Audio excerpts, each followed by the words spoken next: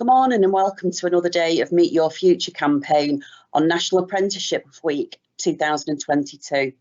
I'm Claire Walker and I'm part of the Bridge GM team at Greater Manchester Combined Authority. Meet Your Future was launched in April 2019 to enable more young people like you to meet with and have meaningful conversations with employers whilst experiencing different workplaces. Over the past 12 months, we've been speaking with young people from all 10 boroughs in Greater Manchester to find out how you're feeling and how you feel you should be supported now and into your future. We've been listening and we've learned lots. So as a consequence, we've developed a suite of information, resources and services that are there to help you. This can be found on GMACS, GMACS, and we'll pop the link into the Q&A so that you can see the details for that.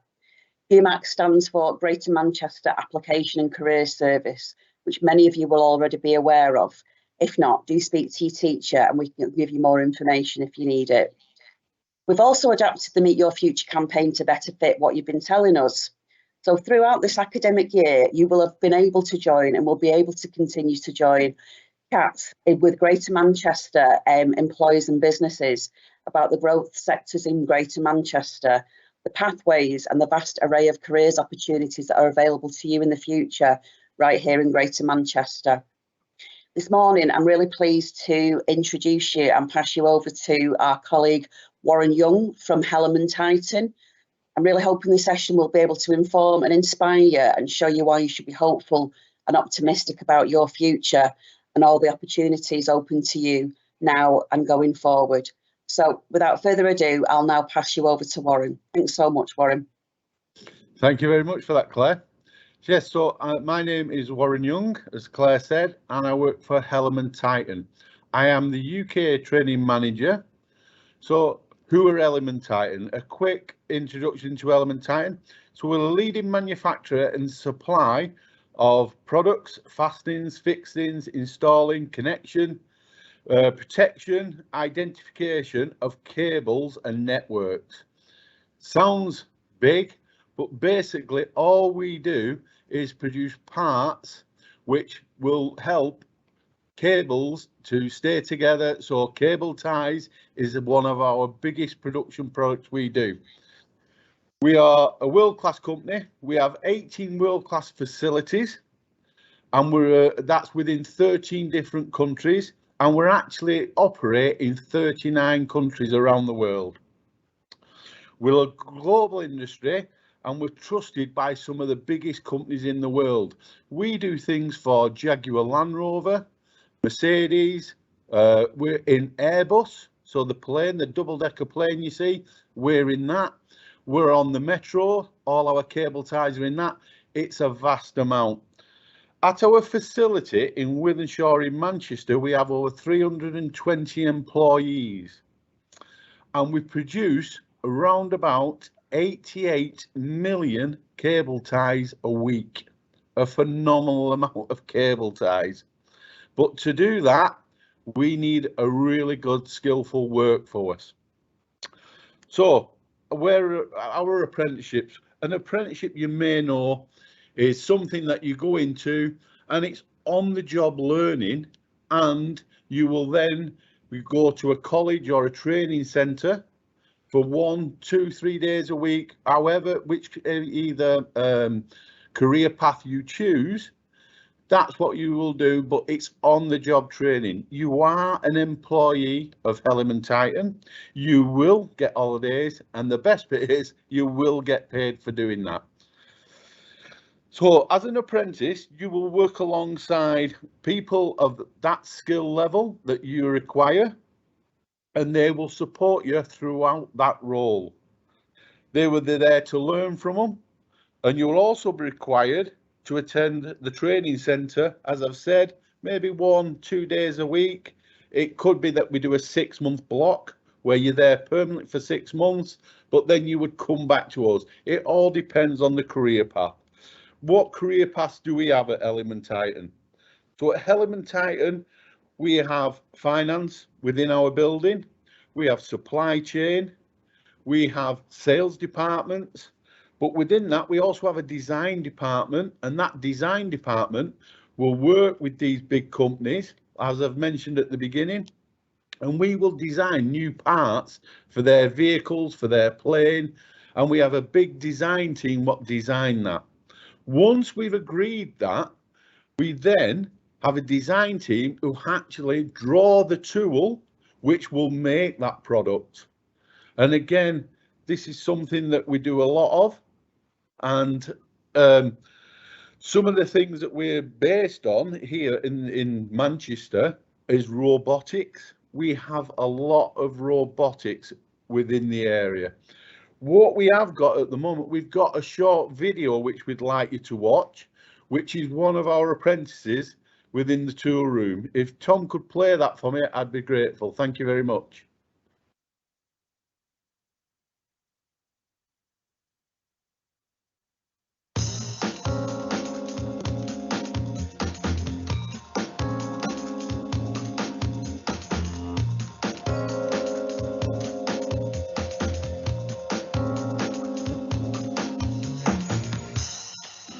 I work for HellermanTyton doing a level 3 tool making apprenticeship. I was interested in engineering and I seen it as an option in school, so I did that in school. Found out about the apprenticeship through a family friend, and then he told me about it and I just inquired. I did one interview and then did like a little trial, 2-day trial, and then got my mum and dad around the factory. And the company makes injection mold tools, also they do cable management. Cable management, like cable ties and stuff for when you're doing electrics. I chose this apprenticeship because it's engineering, it's always like good pay, and when I actually looked into it, it just looked like the best thing to do because I like new technology and stuff like that. So it just fit, like pretty much fitted what I wanted to do. The apprenticeship's 5 years long. I'll be a qualified toolmaker after 5 years. I used to go to college 1 day a week, and I did a 6-month time period. I've done a level 3 in operations maintenance, but now I'm going back to do another course. The role that I do is to make the actual injection mold tool, which actually molds apart. So that's what we do in the tool room. My job is actually to run the machines to get the final product, which is a tool. The tools that we actually make in the tool room, they actually make the cable tie by injecting the plastic into the mold tool, and then when it opens, your cable tie falls out. We got high-speed millers. We program on the computer and then send it to the machine, and then it runs for hours. Like it can run up to like a day. The hours I do 8 till 4:30. And I'm normally on different machines every day, working at different jobs. It's always a different day when I come in, but I'm always working to a high tolerance. I've got a mentor who just helps through it all the way. He's like the guy I go to all the time now.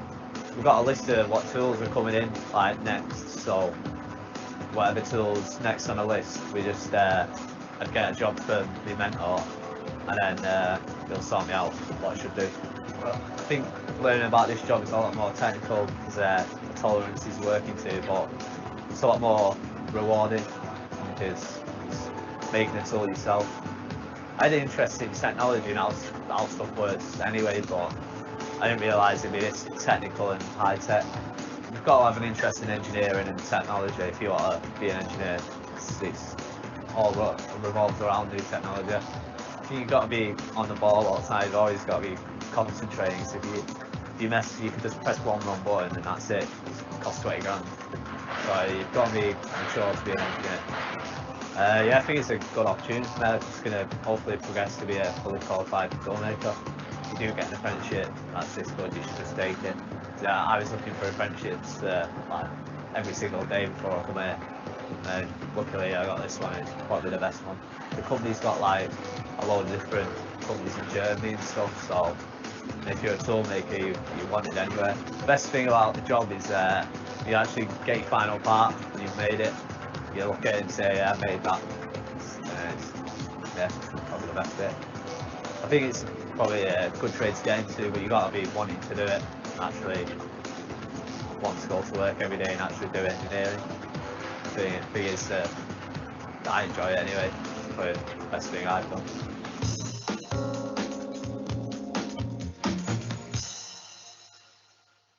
Thanks very much for that, Tom. that just gives you a little insight into one of our young apprentices. He's just finished his time now. Joe, he's just come out of his time. And again, an apprenticeship with HellermanTyton can be anything from 18 months to 60 months, depending on, you know, what route is taken. But we see it as apprentices are the future of our business. This is the main thing. We look for apprentices as taking this company forward, because obviously we've got an aging workforce. And some of the things what we can do at the company, some of the things you saw Joe doing, these are massive skill shortages within the industry. Even in finance, we struggle to get skilled people. So apprenticeships are the route to go. As I've said, we see apprentices as taking this company forward. And what we look for in people is a hunger to learn, a passion for what they do, and not being afraid to question. We really support people who will question us. As we were saying, I mean, you can go from a level 3, which we start at HellermanTyton, right up to a level 7, which is a master's. And the best bit about it is you're not going to run up a student debt. That's the best thing. I know it's hard, but not everybody is capable of going on to college and then on to university. So apprenticeships, I feel, are the best route for anybody like that. And as I said, if you're willing to learn, work hard, have the correct ethics when you come in, an apprenticeship can be your best choice career. We have a saying at HellermanTyton, you don't have to be the best, just give us your best. Thanks very much for this morning, and I'm open to any questions now. That was amazing. Thank you so much, Warren. Really, really good. It's really powerful, I think, for the young people on the call with us this morning to see other young people and be able to relate and consider themselves and put themselves, or see themselves rather, in that situation. So that was absolutely fantastic. I'm just having a look, just checking the Q&A here. We've not got a very long time this morning because it's a form time session that we're doing. But one of the things I'd like to ask you on behalf of the young people, because I know it's difficult for everyone to put the questions in, is in terms of young people being aware of HellermanTyton as an organisation that offers apprenticeships, whereabouts would they look to find out more information about you, or where would they look to see what opportunities that you might have open? So at the moment, they can go on our website, so HellermanTyton.com. If you go on that website, you'll be able to see our careers, and within that are vacancies within the careers. And we also post on the apprenticeship website. Fantastic. Okay. And obviously, in addition to that, if there are any opportunities in Greater Manchester that we're aware of, we will always make sure that they're made known to young people through our GMAX website, which I referenced earlier on. I can see a question that's just come in as well, Warren, if you don't mind. How important is it for you as an employer to have young people who've had short-term work placement experiences, or having done some kind of volunteering or sampled the workplace? Anything, things like that are really important to us. Some of the things we look for in people are people who, like I said, who want to question what we do, can come up with better ideas. Some of the careers or the apprenticeships that we offer are more of what we call solving issues. So you've got to be a problem solver. But if you can interact with other people, that is fantastic. That is brilliant. Yeah, fantastic. Another question's just come in here, Warren, if you don't mind. I think you might have mentioned it. Would you mind revisiting what type and what level of apprenticeships HellermanTyton offer? Yeah, of course. So we start apprenticeships at level 3. For a level 3, the qualifications we're looking for are grade C or 4 above in English and maths. That's all we're strict on. If we can get them at level 3, that is fantastic. But it doesn't mean to say if you haven't got them, because we can support and help you get them levels. So if you've just missed out, please don't think that, oh, that's not for me. We have help and support within the business what will do that. Brilliant. Oh, they're coming in thick and fast, these questions. Where are we up to? Yeah, I'm going to ask you to cover these one in the same because I'm just conscious of time, Warren. What would the salary be? And of course, that's not something that stays the same. So people are asking about salary and what the what's that sort of rates you would pay when you first start with an apprenticeship? Depending on what route you take, it all depends on which area of the business you come into. But our basic salary for an apprentice is round about 14,500 a year. Okay. But that then, obviously, you are set targets within your apprenticeship, and every time you hit that target, you will step up on a 12-monthly basis. Fantastic. Okie dokie. And let's just have a look here. Yes, what's the minimum age? I can answer this in a general way, but can you please answer what the minimum age would be for you to accept applications and take somebody on? So again, depending on what route you go, it's very complex at the moment. If you're office based, we take at 16. We're looking at people at 17 for the shop floor due to our insurance purposes. But again, it doesn't mean to say if you're 16, please don't apply, because we have had people who've come at 16, wanted to do the career path, and we said, yeah, great, please go to college and get this first basic stuff out of the way and come back to us. And at 17, they've come back to us and we've offered them a position. Fantastic. Brilliant. Okie dokie. I'm just having a look if there's any more coming through there. What sort of opportunities would there be available within the organisation? Obviously, we heard from the young man this morning, was it Joe? Yeah. He was doing a particular role. And I know you've got other sort of like roles that you do. What kind of opportunities would there be for a young person to progress and maybe move into sort of like more senior positions? Yeah, fantastic question. So one of the things I can tell you, throughout our 3 sites within the UK, we have 3 sites. 2 of the site directors started with HellermanTyton on apprenticeship roles. So that's the opportunity you have. Fab. We have the tree, and we call it Meet Your Future, Would You Believe? And we've had it. And this tree actually branches off, and it shows you no matter where you come in at HellermanTyton, we have people who come into the shop floor as a general worker, and every job goes up internally first. And they can branch out and go to anywhere within the business. So we've had people come in logistics, our logistics department, taking loading wagons, and they're now in finance department. Brilliant. Oh, that's amazing.